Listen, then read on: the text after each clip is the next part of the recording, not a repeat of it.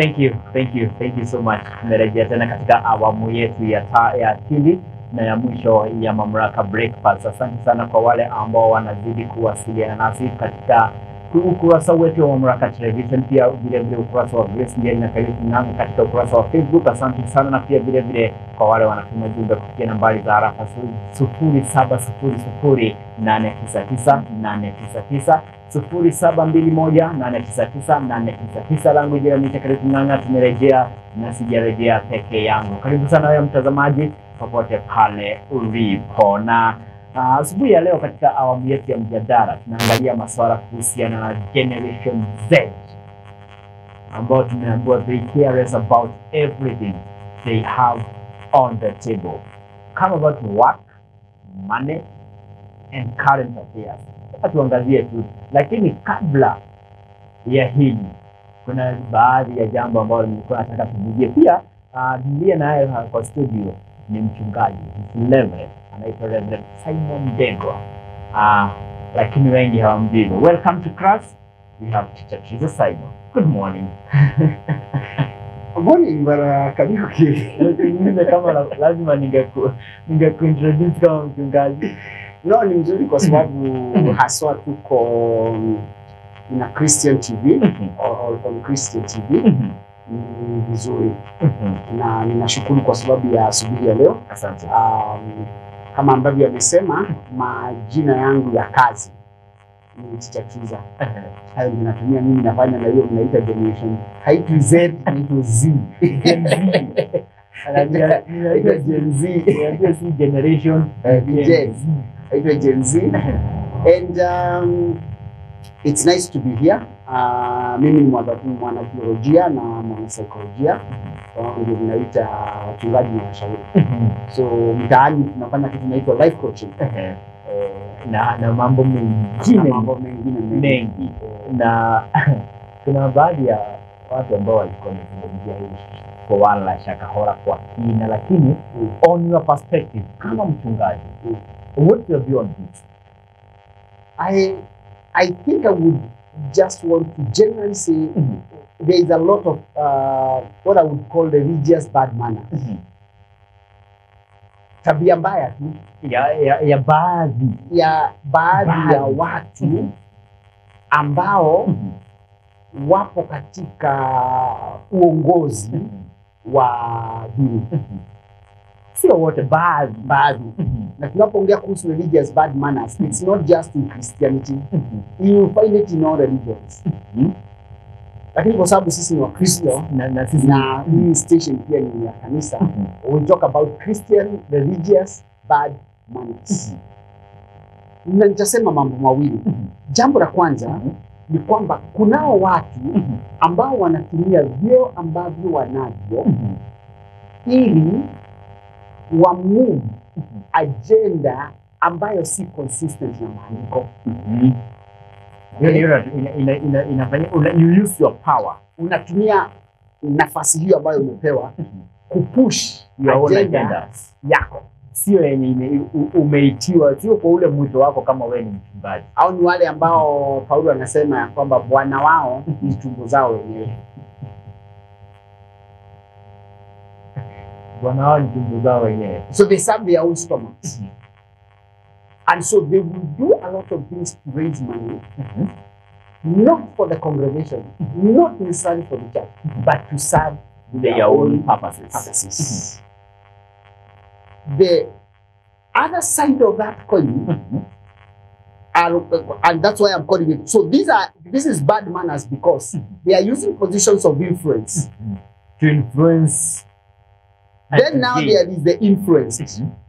And the influence, bad manners yao ni kwamba ni wavivu, ni wazembe, wamekataa kujisomea maandiko. Na niseme vile huwa anasema, they are not the Bereans. Ukikataa kujisomea maandiko, lazima utalipia ujinga. They are not the Bereans. They don't act like the Bereans. They don't search scriptures. Now, the importance of me. The importance of me.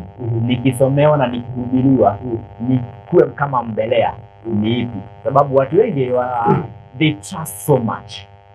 mtu mwenye anawapatia neno? I think mojawapo ya mambo ambayo Wakristo lazima wajue ni kwamba Mungu hana broker. He has no broker. Mungu hana broker. Uko na direct access. Okay? One on one. One on one. Na kwa hivyo ni responsibility yako kama Mkristo. Work on fostering, growing that relationship between you and God. Na hiyo relationship iko na 4 facets. Facet number 1 ni neno. The word itself. Yes. Kujisomea. I'll come back to that shortly. Facet number 2 ni maombi. Having an open communication line with God. Facet number 3 is fellowship. Ambapo tunashirikiana na wengine. And then facet number 4 is witness. Ambapo sasa dunia inaweza kuangalia na waone kweli huyu ni Mkristo. Turudi pale kwa neno. Pale kwa neno as you read the Bible, there is a lot of a lot of things the Bible says about you studying the Bible as an individual. Kuna mambo mengi nimesema. I don't want to do that, but I would want to quote John. Tunapoona John chapter number 1, watu husoma verse 1 na wanaikram. In the beginning was the word, and the word was with God, and the word was God. Watu wanakosa kusoma mfululizo wa hiyo chapter mpaka verse number 14 says, and the word became flesh and dwelt among us. Kuna translation moja inaitwa we call it the message. The message huwa inasema, and the word became a human being and moved into the neighborhood. Ikakuwa mwanadamu na ikaingia katikati yetu. So we need to get to a place where neno litoke kwa makaratasi, liingie kwetu, liingie ndani yetu na liwe hai. And the word became fresh. That means it becomes tangible. Inakuwa ni kitu ambacho sio kueleza tu, ni kitu ambacho tunaishi, ni kitu ambacho hakitafutwi, iko. And that is where you find the Apostle John saying, mambo ambayo tunawaambia ni mambo tuliona, mambo tulisikia, mambo tuliguza, mambo tuli-experience ya neno la uhai. Wow. So, issue ya kukaa na kugojewa kusomewa Biblia ni uvivu. And that's what I would want to insist. Ni uvivu, and it has to come to an end. Otherwise, watu yangu, msipojisomea Biblia, lazima mtalipia ujinga. Wow. Anaitwa Teacher Twiza. Welcome to the class. Na nimemuuliza swali hilo la Shakahora, manake yeye ni mchungaji vile vile, is a reverend. Now, we move on to the actual debate of the day, na tunaguzia mambo ya Gen Z ama Generation Z. Na kabla hata tuendelee sana, kuna mtu ambaye kwa nyumbani anajiuliza, how can I define Gen Z? Gen Z, niambia nisiite Generation Z. I'm thinking like ni kitu ambayo ni ya uzee sana. It should be Gen Z. It should be Gen Z.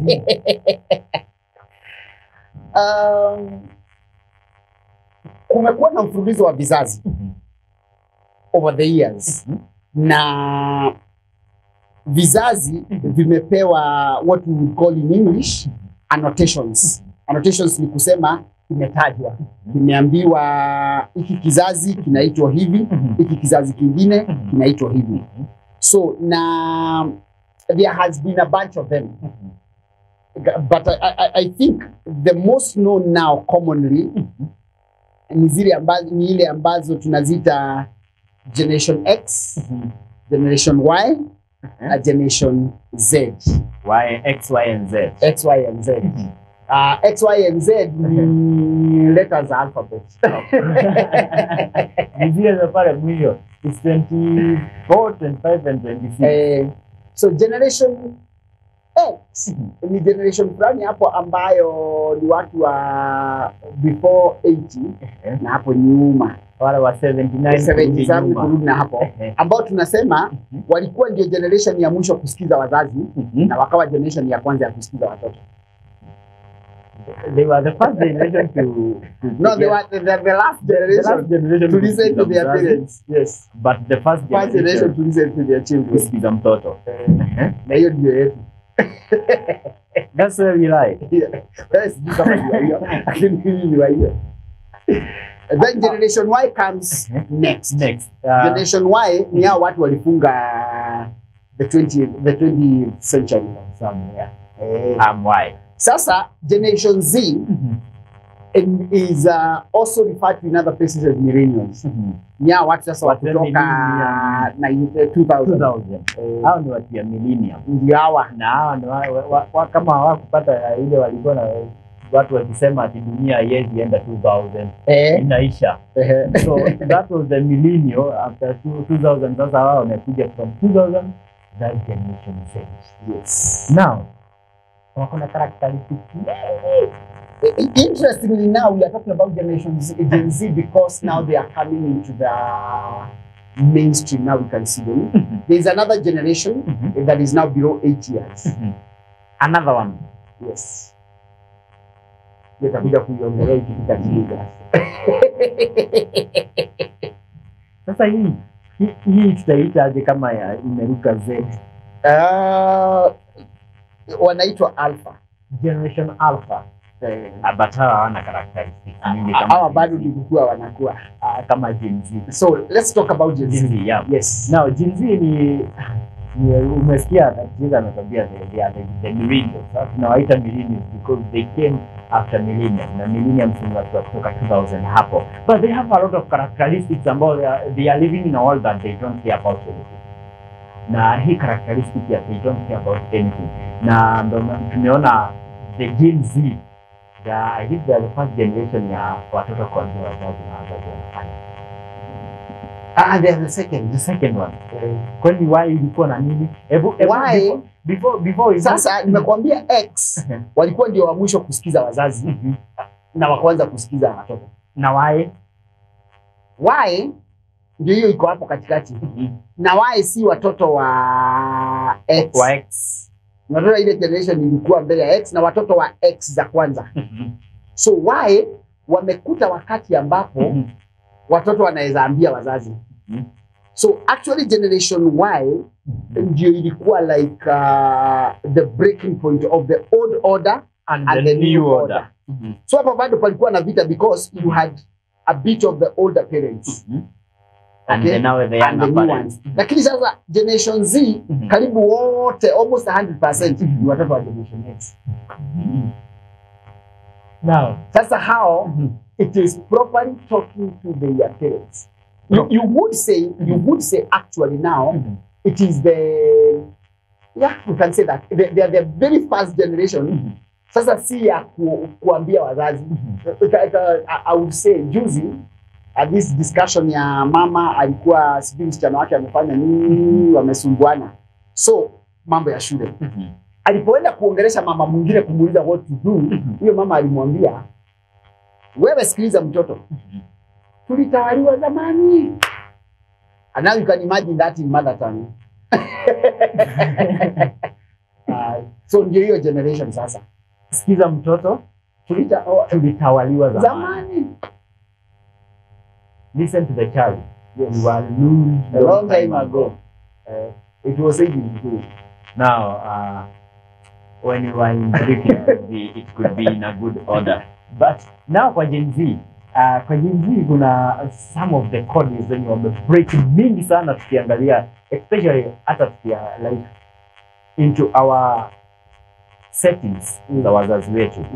Hebu kwanza tuguzie the general thought ya dressing yao. Wako nayo. They have look and record. Inauliza aje wako na dressing code. Hawana. Anaenda wiki. They don't. I think we must be alive to several facts. And fact number one is that culture is dynamic. Changes here now and then. Culture is dynamic. And that's very important for us to know. Juzi nilikuwa mahali na sitataja mwalimu nikaona mwalimu mwenye anaambiana vijana wanyoe. Yeye amenyoa. Yeye amenyoa. Lakini kijana wake hajanyoa. Yake ameoga dai. So lazima tukubali So nimetumia huyo mwalimu kusema hivi, number one, huyo mwalimu has made peace with change. Kwa sababu hata izingekuwa vita kwa hiyo nyumba. He has made peace with change. So as we look at Gen Z and dressing, the first thing that needs to sink in us is that culture is dynamic. Na unajua wakati mwingine tukidiscuss dressing huwa tunasahau ya kwamba not many years ago, about 100 years ago, 100, okay, maybe 120 ago, watu walikuwa uchi. So you can say we are now moving back to our first old things that we were used to do as humans. The writer of Ecclesiastes says, what is has been. There is nothing new under the sun. Kilichokuwa kiko. Kili ambacho unakiona kishakuwa. Kishakuwa. Hakuna jambo mpya chini ya jua. If you look at the ladies were around wale wako before Gen X. Utapata which is now akina my mom's generation. Akina my mom's generation ukiwaangalia in the 60s walikuwa na miniskirts na sleeveless. Actually, hapana za mzungu. How? In the 60s my mother have seen a photo. Akona ka sleeveless, ka dress kazuri na nikafupi. But by then that was so good. But now hii imepita kiasi. Sasa kitu moja tukubaliane, tusikizane kwanza. Culture is dynamic. Okay? That's true. Tukishasikizana hivyo, the second thing we have to agree, we are now operating in a global village. Dunia yote iko hapa na iko hapa. Okay? So we are operating in a global village. So one of the challenges that Gen Z is the first generation to have almost 100% exposure of information. Kila kitu. As early as 8 or 7.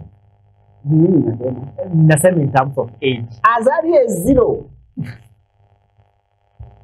Kokomero ndo wanaanza kuchezewa wakiwa miaka ngapi? Katika chini. Wapi? Kwa kiti. Kanaanza kuchezewa date 1 na kwa simu ya mama yake. Katika chini kianza kujua ni nini inaendelea. Nini before. So Gen Z have grown with information and exposure. Okay? The reason they are challenging norms is because of their exposure.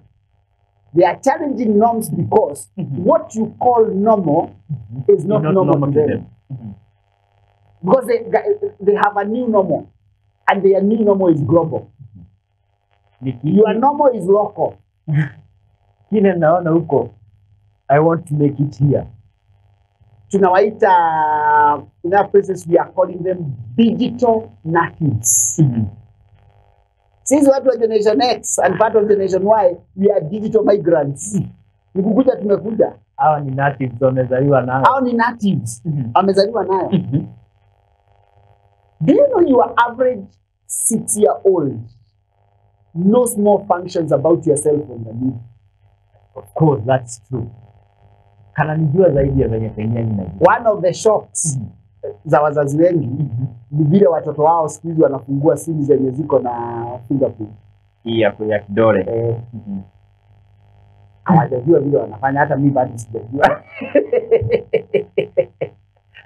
Anaifungua. Zinafunguliwa.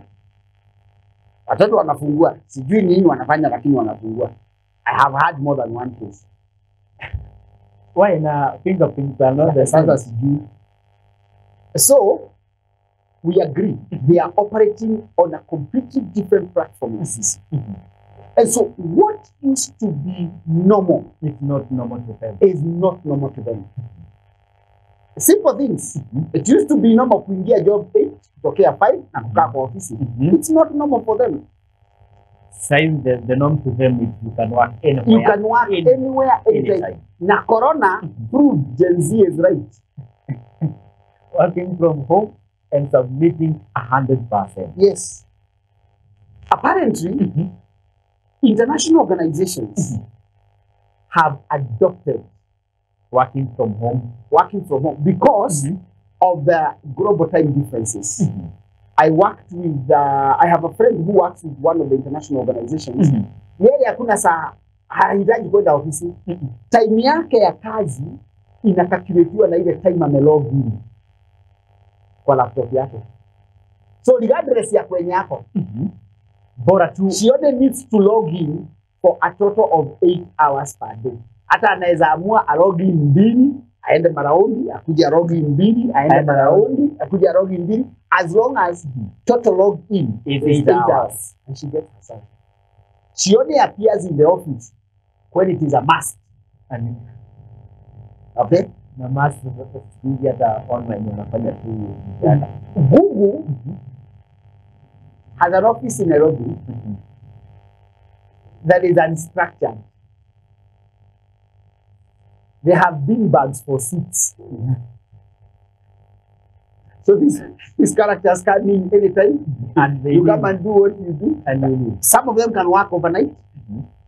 Because sasa Gen Z ujue, Gen Z are alive to the fact ya kwamba wakati nyinyi mnalala watu wengine wanaamka.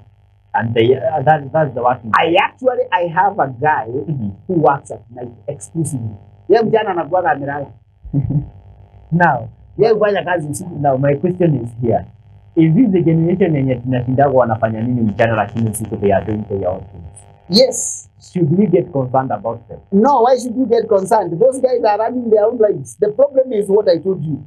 Your norm is local. Their norm is global. Sasa hapa tunashikanisha na wazazi. Hiyo ni kazi ya wazazi, sio yetu. Because I'm imagining a parent mwenye anatoka 6 in the morning anarejea around 8 in the evening. After sasa hapo ndo kijana na yeye anaamka. Hapana, the good thing is, as long as you are in my house, we will not get there. Kwa sababu kama uko kwa nyumba yangu, probably wewe ni mwanafunzi. So I can't have you learning at night. You cannot be a student and a night runner at the same time. But our generation Z are For them, sleep, just the way they don't care much about money and relationships, they also don't care about sleep. Na kwa sababu ya information overload. kuna mtu anaitwa Agnes Ng'ang'a anauliza are they species from another planet? No, they are just same species, different time zones. The experience with them is totally normal. Yes. It's totally normal, but abnormal inactivities. Let me tell you. For unaona sasa our current teenagers, which is our current teenagers hawa sasa wanaingia form 1 form 2 our high school hivyo, which is now the tail end ya Gen Z.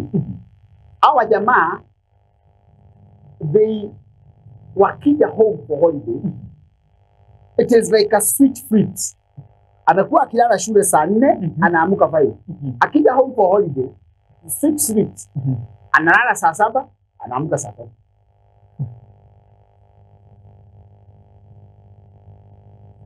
Oh no. One of the things that you need to understand is that they stay up late because globally, prime time ya TV ni masaa yetu. Yeah, of course from 10. Hiyo ndio prime time ya global TV. From 10 to around 4 in the morning.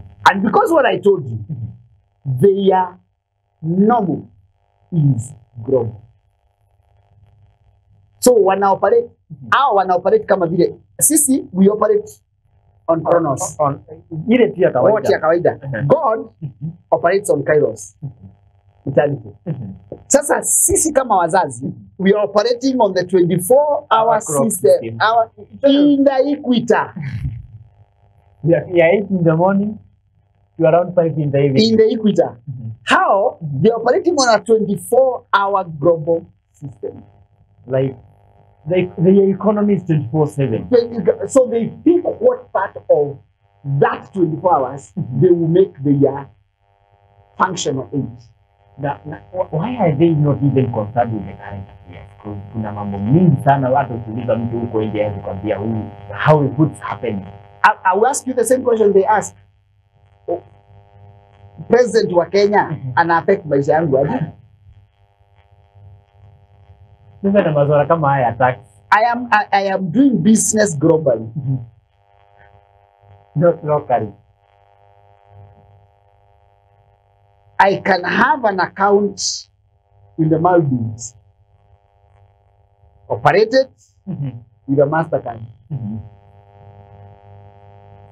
Mtanisikia hapo na hiyo taxi. Mambo bado. So our current affairs, unless they are personal, unless they are touching them personally, they don't worry. They don't. Like sasa nyinyi watu wa generation X na Y mnashangaa tutakuwa na maandamano. Those guys don't care. Let it come. Itapita tu. Yeye atakuwa kwa nyumba continuing with his work. Na hata watch news kujua kama maandamano iliendelea because it does not affect their lives.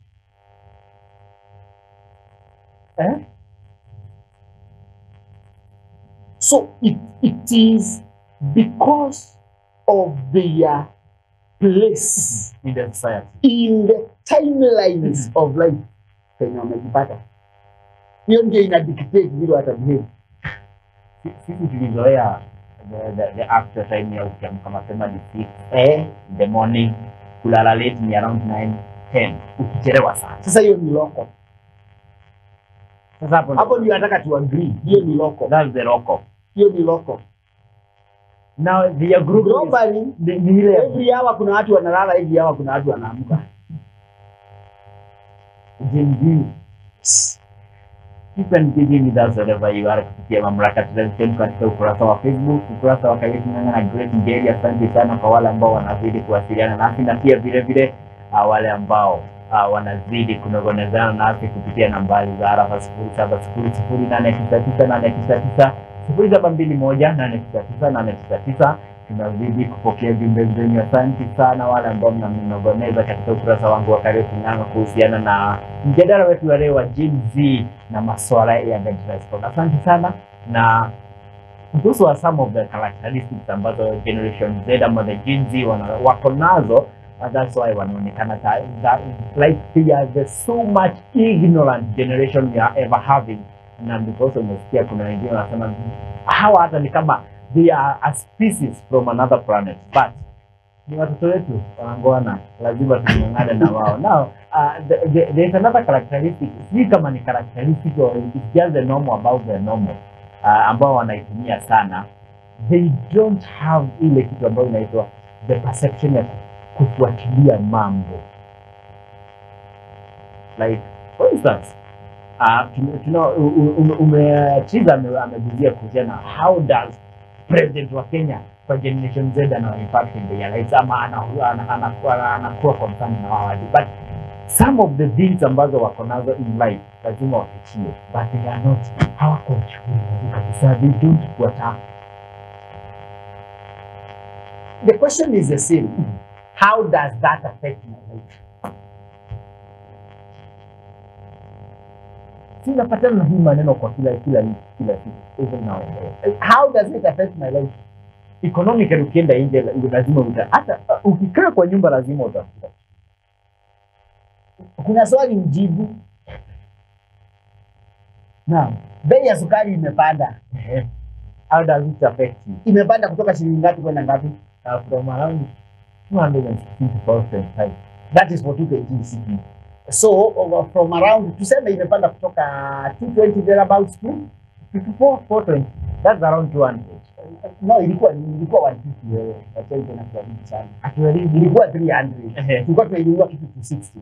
Haya by the way imeenda na 200. Lakini that is even call it 100% rise. What is the percentage rise ya cost ya simu? 15% in the last 5 years. Imepanda but currently inaenda 15%. 15%. Kama simu hiyo generation na ni simu za 5 bob. So ni mtu anatumia simu ya 30,000. True. 40. So 15% ya 40,000 ni And 12K. So kama simu imepanda na 12K, sukari imepanda na 200, inanisumbua kwa nini? What? It is the difference is their perspective. The way they see things is completely different. And you know, one of the other things we need to be alive is that Gen Z and part of the latter Gen Y are able to achieve in their 20s what the generation Gen X and the previous generations were achieving at 50. Washa achieve at 25. At 25. Kijana akianza kufanya, let's go the digital economy. Kijana akianza kufanya content. By age, na kuna wanafanya wanaanza as early as 19. As early as 19. By the time hiyo mtu anafika 22, not even 19. Kulingana na statistics zenye ziko, if you are gene ama uko katika generation Y na wewe ni mzazi wenye unakuja kumalizia ndio uingie generation Z, watoto wanaanza as early as 4. Yes. Hata wengine wanakreatiwa accounts wakizaliwa na as early as so wacha tuongee wenye wanajifanyia. So you start off tuseme umeclear high school 19. Yes, as early as 19. Mtu akianza content creation at 19 na afanye content poa. By the time this guy is 22, he's already a millionaire. True. Na wale wa generation mama yake hajawahi ona milioni kwa lifetime. Huyu amepata gig moja, amepewa check ya $3 That means by age 25 asha achieve kile mama yake haja achieve at 50, huyu already ako nayo kwa mkono. At age 25, this guy can drive whatever car they want. They can live in whatever house they want. Kama wako na kichwa mzuri, they can start very serious investments. That is why you can now find a 25-year-old ako na apartments. Sio ndio generation ilikuwa na msichana alikuwa na was it 1.7 trillion. Ndio generation. Serikali si mzuri na mnaona. Nisema it's not accountable. Hawezi ku account. But unfortunately, so the way they see things, that's why they don't care about current affairs. Can we say they are ignorant? No, they are not ignorant. They are just independent on their own level. Yes. Na kuna mtu mwenye atauliza swali, atauliza likiwa swali rahisi kabisa. Now, despite kukua tu, these guys and they have everything. Don't you think they are losing something from the society? What? The norms of the society. What? Like for you, ndo ukwe chiza. Your father instills some character in you. Ndo ukwe huyu watu vipi. Sasa wewe na huyo kijana yako ako hapo. In fact sasa wewe ni Gen Z. Ndio. Wewe ni alpha. Au mwenye ako high school mzima. Mwenye ako high school mzima. Now, huyo Z akienda kama na hizo characteristics zote. Muko on the same place in terms of characteristics. I don't think they are losing anything. I think the people who are losing are the parents. Why the parents? The parents are the ones now who are losing their future. And so, it boils down that the parent has to agree to put in the things they care about into their children. They have to work. Lazima wafanye kazi.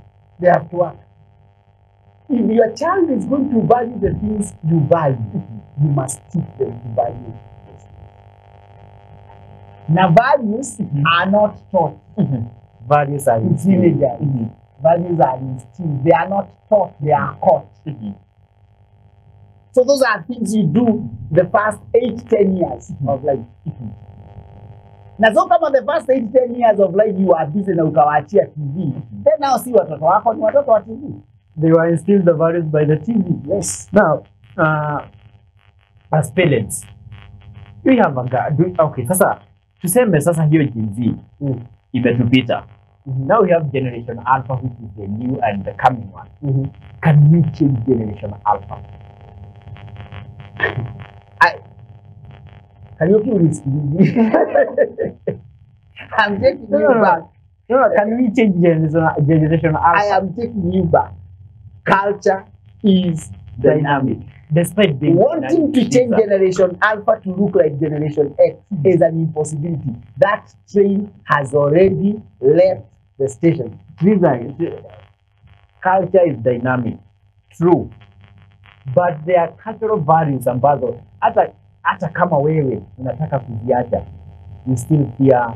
Wacha nikwambie, Gen Z na Gen Alpha, all they will care about are global values.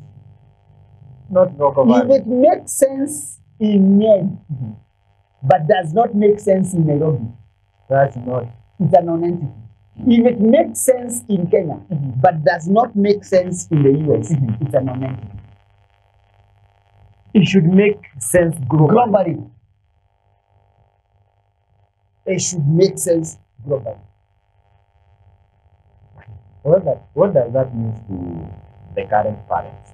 The current parent, what does that mean? The current parent now has to invest on growing themselves to understand the global. Because there is a lot. Like for instance, Kenya, we cannot say we are so much developed digitally. Like to go on the global platform, we are so much developed digitally. But that's small, and that's that percentage yenye tuko nayo kama wa Kenya ama as a Kenya as a nation. Na mahali ambapo inatupeleka. How do we need to understand this being global? Because there's one thing ambayo nataka pia tuguzie na nitakupatia effect. Na hiyo effect nitakupatia pia hata kwa gazeti ya leo iko. Now it's like this. The culture ambazo sisi kama wa Afrika na most probably we are the most affected as Africans. Let me start from there. As Africans, we are the most affected. The bigger part of the cultures when you digitally, they are from the West. True or false? That's true. Now, should we be influenced by the Western? They are from the West. Yes. Why are they from the West? Because they are the best developed. Thank you. So the issue is not they are not African. The issue is that those guys were better than us. So for Gen Z, we want to associate ourselves with the best. That is why, even in Generation X, EPL has a bigger following than KPL. That's true. You want to associate with the best. Now, that is human. Now, there are some vices that we still fall from them. You see, and this is the part many people don't want to admit. Values. Values. Those are both vices and virtues. Good and bad. Good and bad. They are called values. So you can either be vices or they can be virtues. Values are learned at the community level. The basic component of the community is the family. True. So if the values are not taught by the family, they will be learned at the family level, but by outsiders. Okay? So when we talk about vices coming out, the reason a child will be influenced is because foundationally they cannot be able to hold against that influence. They've not been groomed and founded enough to resist. There's a reason now, we can say like Daniel, Shadrach, Meshach, Abednego. When they went to Babylon, why were they able to withstand one of the simplest tests that men never pass, the test of food?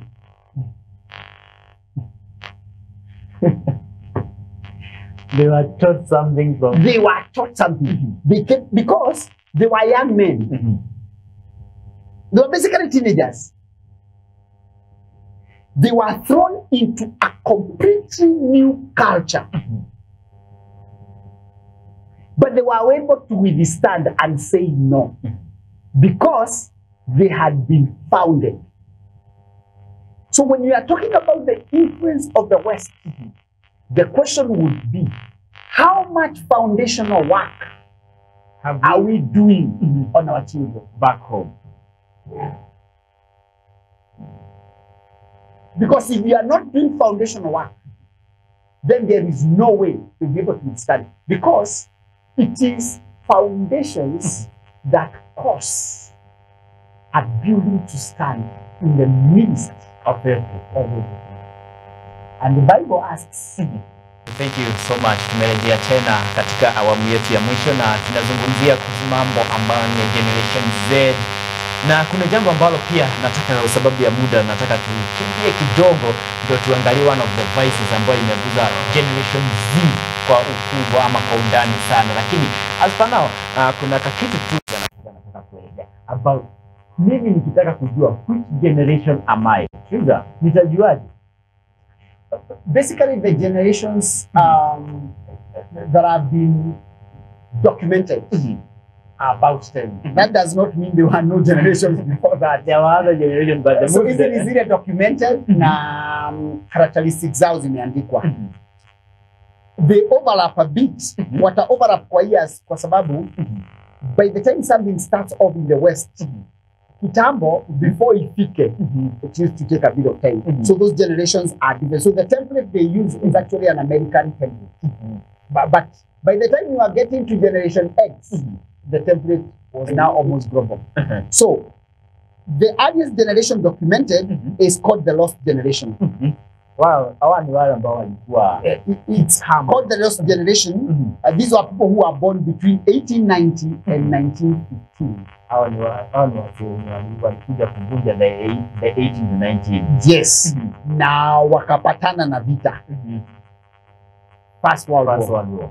So after them kuna generation inaitagwa the interbreeding generation. Hiyo generation ilikuwa katikati ya vita na the next now functional generation.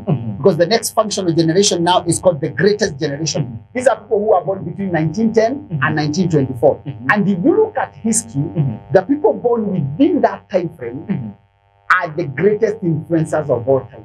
Now, I think they are even the best leaders. Among them, you found the best leaders, the best innovators, the best businessmen, wako kwa wako ka group. Like, they were the first generation when they show greatness. Like they were so stabilized.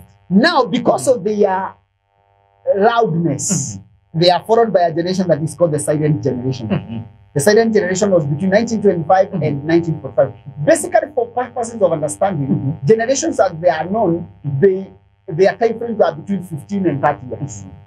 15 to 30. Haiko inapita hapo. Hakuna yenye inapita ka 30. So a generation is around 30 years. Inaendaga around 30 years. Between 15 and 30 years for the changeover. But basically a generation is about 30 years. That should be the basic. Lakini now kwa sababu ya globalization things are changing. So the silent generation was followed by the baby boomer generation. Baby boomer generation are people who are born between 1946 and 1964 or thereabouts. What happened in the Americas is that now effects za vita zimeisha. Wale watu walikuwa walizaliwa wakati wa vita wameshakuwa wazazi because they were born in the 20s. That's after the war. Now in the 40s they are in their 20s. Ni wazazi. So effects za vita zizaisha. The economy has stabilized. So walizaana kama kuna chomeka. So they are called the baby boomers. After the baby boomers now, the baby boomers ni generation ilifuatwa na generation X ama baby bust. So what happened ni hapo sasa ndio watu walio hii midomo imekuwa mingi sana tunaweza shindwa kulisha. So that is a generation of people who are born between 65 and 79. Nikwambia hiyo ndio generation yetu. So the generation X now was followed by there's a small generation called Scenarios. Scenarios wako in the midst ya Generation X, watu wa 75 to 85. Wako hapo, they are right in the midst of generation, but they have a bit of different characteristics because of what they were exposed to. Kwa sababu hao ndio watu ambao they now, by the time they were becoming teenagers, TV was being mainstream. Sasa wapo walianza kupata, at least there was now some... things were going global. They started understanding global dynamics. Hivyo ako ka group, na hiyo ndio group yetu sasa. And then now we have the Generation Y, which is actually the one that is referred to as the millennials. Generation Z is not the millennials. It's Generation Y is the millennials. Yes, kwa sababu hao ndio watu they matured as we went towards the millennium. So those are people born between 1980 and 1994. There is a debate between 94 and 97 because some people now insist that Gen Z starts from 1997. Others say it starts from 1995 to the year 2015. Others to the year 2012. Then now after 2012 or 2015, one of the things you find in these figures is there will be overlaps. Hakuna ile static ati inaishianga hapa. There's an overlap here. There is an overlap. Generation. And a generation. Now, Generation Alpha are those now who are born after 2012.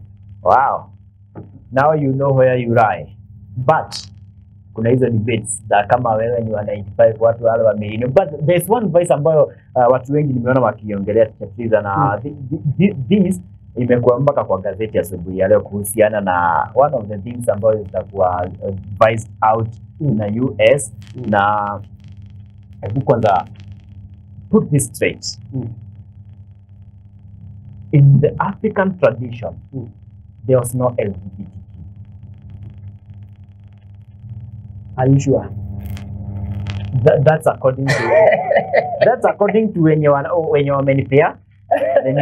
According to African tradition, there was no LGBTQ until the influence of the West. Ikaingia. Allow me to do a short discourse.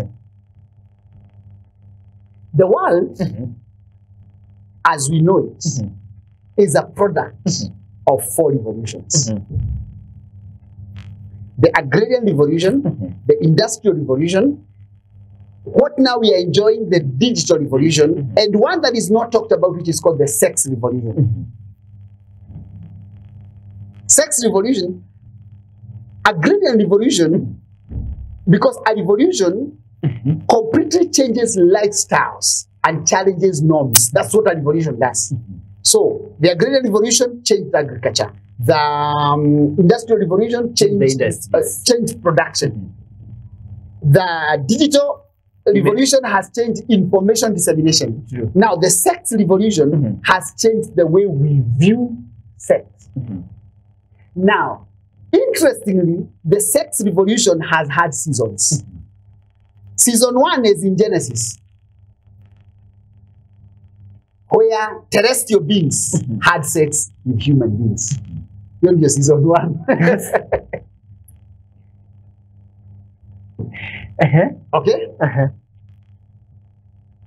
Now, when people are saying that we do not have homosexuality in the African culture, I would say this very carefully. Maybe what we do not have is records. Records of it. Because people keep saying, even on things like cancer, people keep saying we do not have cancer. No, what we do not have is records. Diseases were there. What we didn't have is records. If you go back even to traditional medicine, you find there were some wounds that never healed, which are today now either cancerous or diabetic, or for diabetic people. Yeah. Okay. So let's not go there. The second phase of sexual revolution was by the Romans. That's in the New Testament. Okay, in terms of writings, and I don't want to give timelines because I might not be able to offhand tell the timelines correctly. But the second was the Roman Revolution. So the Roman Revolution mainstreamed 2 things. It mainstreamed prostitution and homosexuality. Still for another day. Okay. The third revolution is called, or I call it, the Christian sexual revolution. So what the church did, they now started countering the Roman revolution with scripture. And it was a big debate. And a story for another day. Finally, is what now we are dealing with. It is basically called the American sex revolution. The American sex revolution, the first phase of it was pre-1900. So it burst out in 1960, where two things happened. We started using pornography as a medium of showing out, disseminating sex. And two things happened in the America in the 60s. They had a magazine called Playboy, and they played the first pornographic movie. It was called the Blue Movie. So what we are seeing now is a consistent consistency of the sex revolution with things, because what a revolution does is that you have a few people who are doing something until it catches fire and catches the whole community. So until we come from a place where we cannot talk about it to where now we are discussing whether it is right or wrong. That's what a revolution does. So LGBTQ did not start yesterday. The first recorded cases of gays is in the book of Genesis, in Sodom and Gomorrah. Wow. Thank you so much. Anaitwa Teacher Triza Simon hapo ndo tunatilia kikomo. Thank you so much Triza for coming. Asante sana na tumeshukuru. Thank you. Your last words ndo tufunge in less than 15 minutes. 15 seconds, not minutes. As we continue addressing the Gen Z, I would want to welcome us to visit my YouTube channel, Teacher Triza TV. Come in there, see what you can be able to pick for some of the lessons I've picked over the years and taught. The next time I come over, I'll give you my phone number. Thank you. Thank you so much. Na kabla niondoke nikukumbusha niko na vitabu vinne hapa haraka niko na Empowered in Salvation, a book written by Stephen Muasia.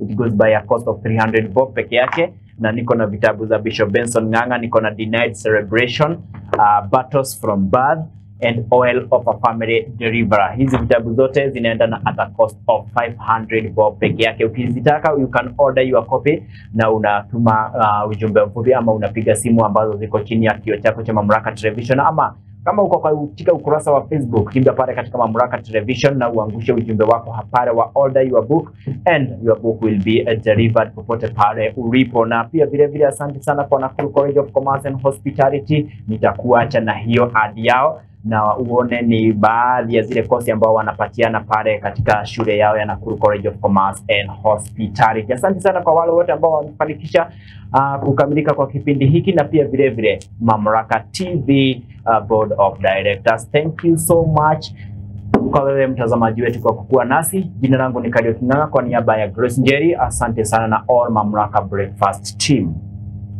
Nakuru College of Commerce and Hospitality is a state-of-the-art school offering holistic education from artisan levels to advanced diploma. We offer courses in food and beverage production, catering and accommodation, pastry and baking, culinary arts, tour guiding and operation, tourism management, tourism and business management, fashion and design from artisan level to higher diploma, sales and marketing, banking and finance, accountancy, business management, ICT, CPA courses, hairdressing and beauty therapy, cosmetology, electrical engineering and installation. We have short courses like public relations, event management, entrepreneurship, interior decorations. We also offer languages like Spanish, German, French, and Chinese. Our examining bodies are NEC, ICM, CASNEB, NITA, KISM. We also have hostels for those coming from distant places. For more information or inquiries, visit us at Equator House, first floor Kenyatta Lane,